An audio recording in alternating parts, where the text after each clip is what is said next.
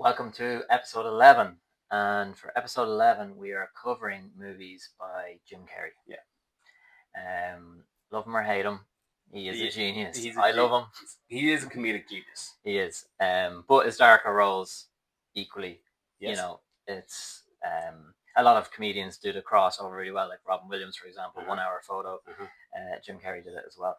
So let's just start off by saying that we all know these movies and they're classics and they've been covered so much. So we're going to exclude them from our episode. So obviously we have the two Ace Venturas and we have Dumb and Dumber. We also mentioned them in other videos as well, so you can go back and look at those episodes to see what we said about those movies. Not that they're not amazing, but we're going to show you ones that are a little less well known. Some of them are very well known, but so we'll kick it off with a movie by Jim Carrey that not a lot of people have ever heard of, and it's directed by Frank, I never get his name right, Dragabont, who directed Shawshank Redemption, Green Mile, The Mist, which we covered as well, and directed by him in 2001.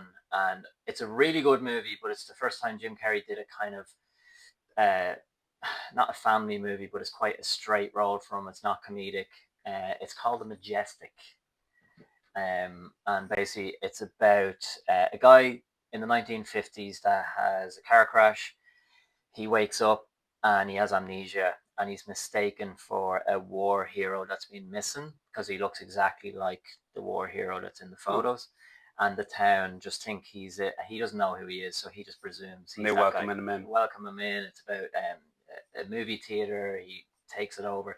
So it's the movie theater is called The Majestic. Yeah. So that's the whole thing. So it's just one of those movies that just escaped under the radar, but it is a really good one. So a Jim Carrey movie, if you haven't seen this, definitely check that one out. Yeah, Majestic. The next one we're going to cover is called Yes Man.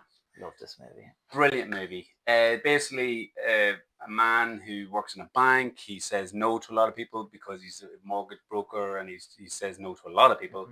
And somebody comes back into his life from the from the school years, and says you need to start saying yes. So he goes to this conference where this man is like saying, if you just accept the word yes into your life will get better. And it does, and it's fun. It's lighthearted. There's loads of comedy in it. Uplifting movie. Yeah, rewatched it loads of times. And it's based on a true story. It's based on a book. A real guy. And like as it flows, like you really start to realize that actually saying yes to stuff does actually have its benefits. So like it's a bit of a life lesson as well. It's definitely up there with. Not to take it to the extreme, you don't want to say yes to murder and stuff, but but yeah, I love that movie, and Zoe Deschanel from New Girl is in it, and she's amazing in that movie.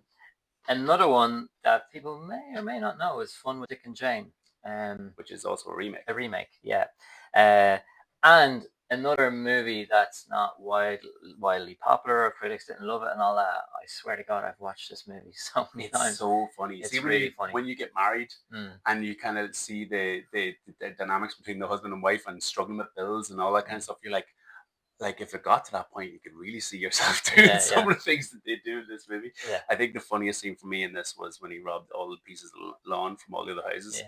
Yeah, just completely demented. It kind of reminds you like a Steve Martin kind of a movie breakdown. Yeah, very much so. Alec Baldwin is brilliant in this film as well. He plays that role really, really well. But yeah, it's a lot of fun, and it's uplifting and life affirming movie. And quite funny, obviously with Jim Carrey. It is, But we both love Jim Carrey, but not everybody does. But we think he's hilarious.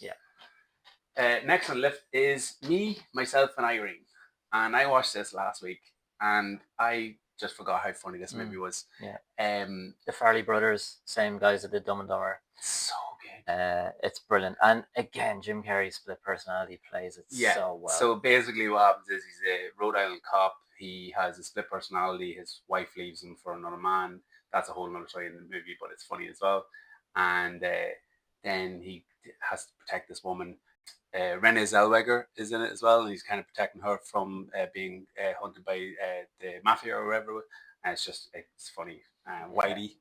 Yeah, if everybody's seen the movie and the character Whitey's in it, it's hilarious. Brilliant. I mean, it's 18 cert I see on the back of it, and it's probably justified, is it? I haven't seen it in a while. Yes, because there's a scene with a woman at the start of the movie when he first flips, and there's a slight bit of nudity, and then there's other things that are yeah, it's quite a dark. Well, I mean, when he's flipping back and forth, it's quite dark, but it is really funny, and the three sons obviously are great in it as well. You know, so yeah, just a brilliant. Watch the movie and you'll understand everything we just said. And the scene with the cow. Yeah.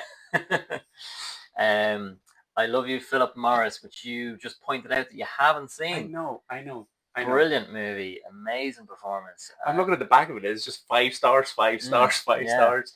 And it woke people up to Jim Carrey's capabilities, I think, in this movie as well. And not that he hadn't done amazing stuff, but just it is comedic, but it's on a deeper level. Like, so his acting skills, not just as a comedy actor. Yeah, and he basically plays a con man, and he falls in love with Philip Morris. He'd do anything for him, and it's about that relationship, and then his character kind of changing his ways from a con man and finding himself. But it's brilliant. It's funny and it's emotional. So it is a comedy. It's a comedy. Yeah, it's a dark comedy. It is a comedy. Yeah, it is funny. Like, it is funny, but there's emotional depth there to it. So yeah, definitely check that one out if you haven't seen it. Next is one of my favorites, The Truman Show. It's about a reality TV show that has a child from birth, and basically the show is about watching him grow. It's on 24/7, 7 days a week, and it basically watches this child grow from a newborn to an adult, and it's Truman Show. And then he figures out he's in a show at some point. So yeah, he's no idea that he's in a show at all. I rewatched it again recently. It still holds up. This is actually in schools they use it for like final exams in film and stuff. Really? Yeah. The scene where he's looking in the mirror and he's doing like the astronaut around his head. That's such a good show. Brilliant and full of emotional depth, and it's shot lovely as well. Yeah, it's really nice. It's shot in like a reality TV show style, but also in like a high quality movie. Yeah, it kind of reminds me of Tim Burton, like Edward Scissorhands set. You know, the actual town, and with the white picket fences, and you know, suburban America, the idealist of it. You know, but basically everybody in the movie is in on the fact that he's the only character in the show that doesn't know he's in the show. Yeah, it's brilliant. So then we move on to Man on the Moon. Also haven't seen that one. You shouldn't even be doing this show. Seriously. I know. So the documentary on Netflix recently really reignited the interest in this movie. Again, Jim Carrey just absolutely unbelievable, portraying Andy Kaufman, the eccentric stand-up comedian, really eccentric. But the documentary is fascinating. You know, he went full method with it, and he wouldn't let anybody call him Jim Carrey. He was Andy Kaufman, who wouldn't break the character. And then even like he's talking to the family of the real Andy Kaufman, but as Andy. And it's people are like, whoa, that's like crossing the line there, you know, because he's so fully invested into it. Jim Carrey's not known as a method actor, though. Not as deep as this. He went deep with this one. He went really deep with this one. Yeah. I think he dabbled in it, like Eternal Sunshine, which we're going to talk about. You know, he dabbled a little bit in it, but this is full method. And when you compare the real Andy Kaufman to his performance, it is just like bang on. Yeah. So I can't believe you haven't seen that. I will. I watch it. Next on the list is The Mask. One of Jim's very early roles. This movie was just fantastic. From start to finish, it was one laugh after another. Cameron Diaz's first ever role. Yeah. And like, she did fantastic, and it like really set off her career down absolute skyrocket. And it just portrays everything that Jim Carrey is, the manicness. Like, this character couldn't have suited somebody more to show what he could do. Exactly. Like, a little known fact, one of Jim Carrey's very early roles, he was actually in a Dirty Harry movie called The Deadpool. It was Dirty Harry 5, and he plays a rock star in it. No so there you go. But that was in 1988. I was born. That. You were born, were you? And then this is 1994, you know, so 6 years, but to show what Jim Carrey could do with The Mask. But yeah, absolutely unbelievable, based on a comic. Amazing. Yeah, it's comic. Basically, there's this mythical mask. I'm pretty sure it's Loki's mask, the god of mischief. And he finds it floating in the river, and he puts it on, and he turns into this caricature, superhero style person, and just wacky from start to finish. So next up we have Eternal Sunshine of the Spotless Mind. Have you seen this? I've seen it, but like I think you're lying. no, I have seen it, but I just don't remember it. And it says memorable, 5 stars on the back, like, literally. A work of genius, but Darren doesn't remember if he's seen it or not. It's not a comic book movie. I'm not watching it, but yeah. So Charlie Kaufman wrote it. Michael Godfrey directed it, and famously, when he met Jim Carrey first for this role, Jim Carrey was going through a serious depression, and apparently the director said to him, "Don't get better." Because that's the role that we so he was like, that's grim. Whoa. So yeah, I mean, it's really, really deep. It's about fractured relationships, losing partners, erasing your memories. But yeah, Kirsten Dunst is in it, Mark Ruffalo, Elijah Wood. But Kaufman is like one of the best writers out there. He's made some amazing deep movies, and this is like probably one of his deepest movies that you can go. And yeah, it's just about pain and trying to erase the memories of pain and what consequences come with that. And if you are offered that option to erase the hurt or the pain you feel, would you take it or would you not take it? And that's what it's all about. But amazing, like Kate Winslet is so good, and the chemistry between Jim Carrey and Kate Winslet in this movie is amazing. Cool. I'm definitely checking it out again. Yeah. Next on the list is The Cable Guy. I have to say it's probably one of my favorite Jim Carrey movies. It's about a cable guy who installs a lot of electrical parts in this guy's. No way, is it? Yeah. But it's a movie that you don't see coming. Like when you start the movie, you don't see the direction that the movie's going to go. It's dark. It's very dark. It's the first time Jim Carrey went dark. Who directed it? Steven Spielberg. Ben Stiller. Oh yes, who makes a cameo in it. And it was originally written a lot more comedic and lighthearted, and then changed, and it got quite dark. Jim Carrey broke the record for the highest paid actor for this movie at the time. Yeah, do you know how much he got? In 1997. 1.7 million. No, close. 20 million. What? Yeah. In what year? 1997. Wow. And it did well in the box office. Critically, it was mixed bag as usual, but they definitely made their money back. It obviously then, it's a comedy, but it, like as we said, it is dark, and obviously it touches a lot on mental health issues towards the end of the movie. So it is kind of like, multi-layered. Yeah, and basically, he installs cable, and then for 50 quid extra, you get the free channels hooked up. And when Matthew Broderick's character, Buddy, he's obsessed with him and he wants to be best friends, and Matthew's character doesn't, and so it is about mental health. It's about loneliness. And it's quite sad when you see how his character was treated as a kid and just left in front of the TV, and that's the only thing he had. The soundtrack to this is amazing, and the karaoke scene is class, so good. But yeah, Cable Guy, brilliant. Great movie, dark but really good. And then what brings us on to a series of unfortunate events. I love this movie. I love it as well. I love it. He was really, really creepy in this movie. Like even just the look he had in his eye when he was on screen was so daunting, And the books, I don't know if you've read the books, but the books are amazing, and they are quite dark.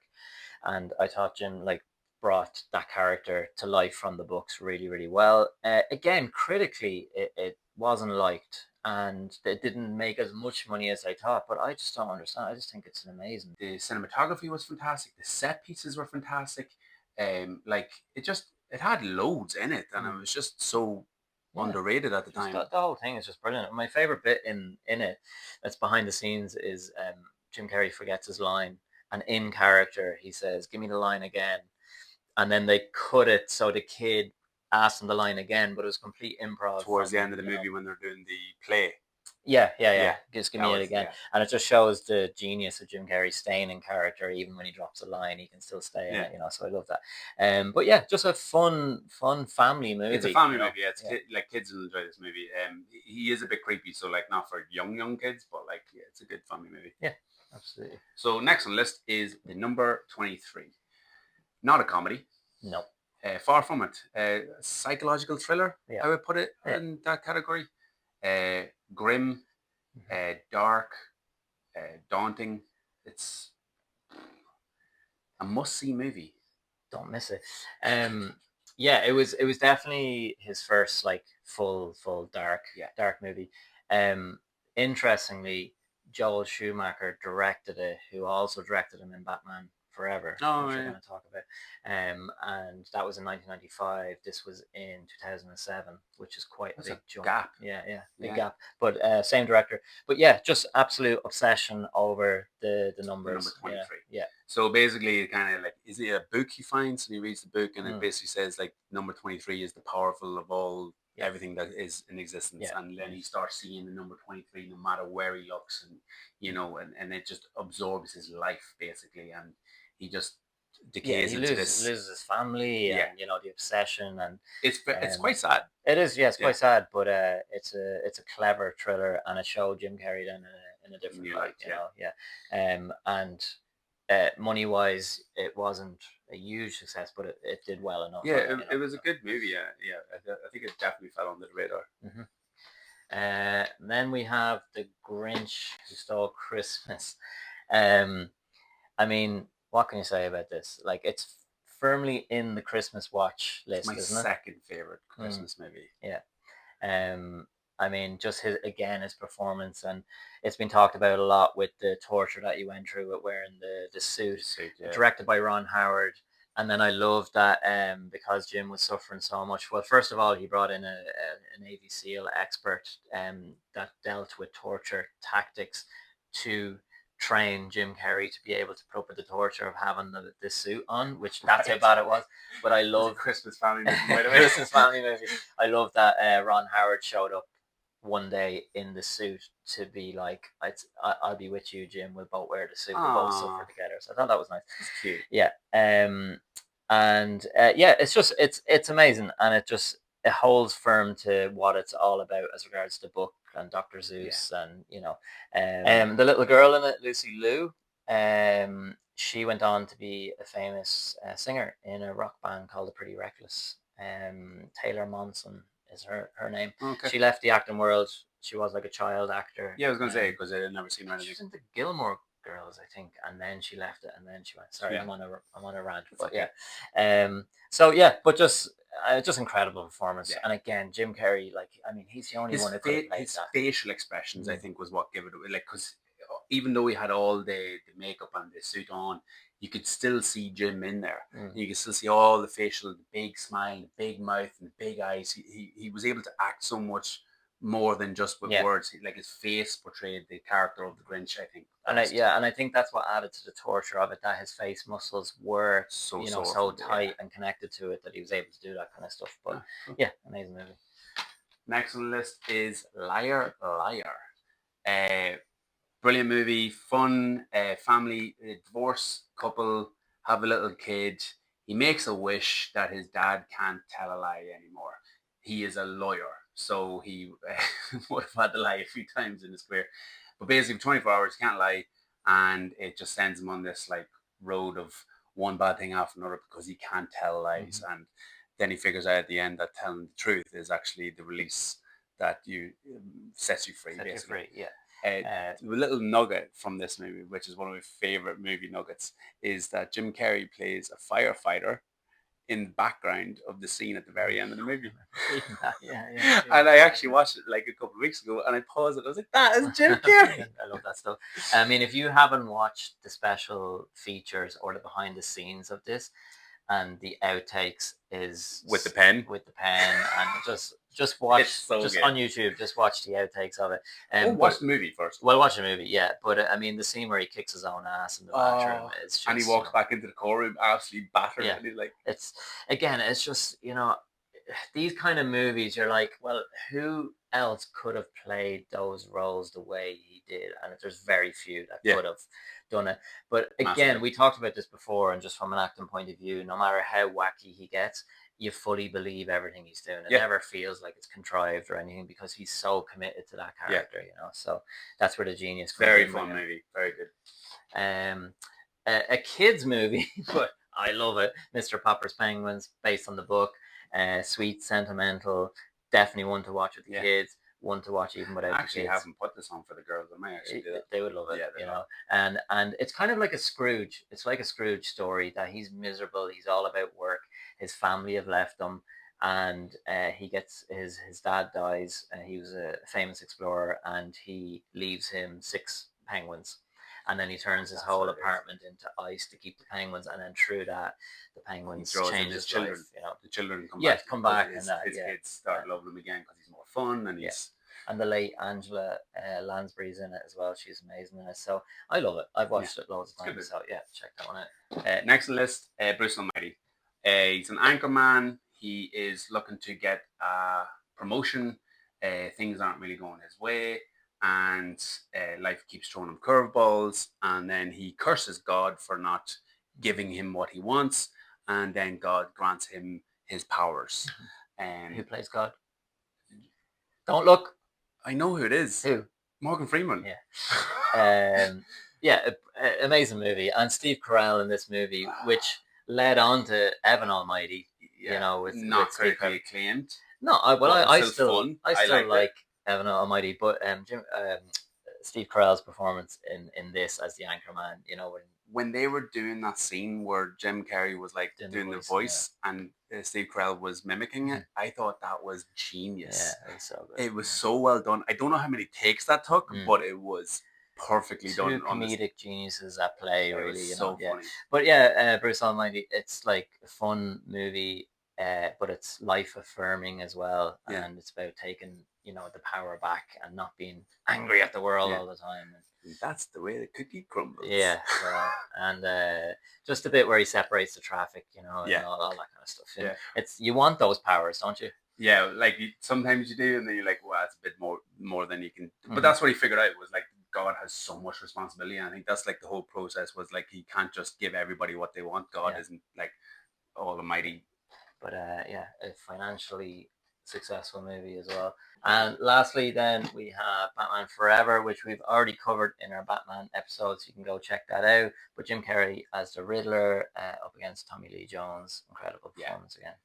Comedic genius in this as well, because like the way he kind of portrayed the Riddler was both like very bad guy-esque, but like had that comedy aspect to it, and he played very well side by side with Tommy Lee Jones as well as Two-Face in it. So absolutely, and this is obviously what I was saying with Joel Schumacher directed this, and then what was it, 12, 13 years later, then he did the number 23. Two very different movies, but I always love to see the longevity of directors working with actors again, that they've worked well with. Yeah. And, there is obviously other movies that I don't have of his on DVD, but I mean, I'm pretty well. His catalogue is pretty massive. Pretty well covered. But you have a lot of them here. Yeah, I don't have Dirty Harry 5, though. The Deadpool. Oh, no. I did actually go and watch it just to see Jim Carrey in it. Yeah, and you could see the start of his like comedy coming through. He plays like a rock star that's a bit kind of Russell Brand-esque, like that kind of comedy in it.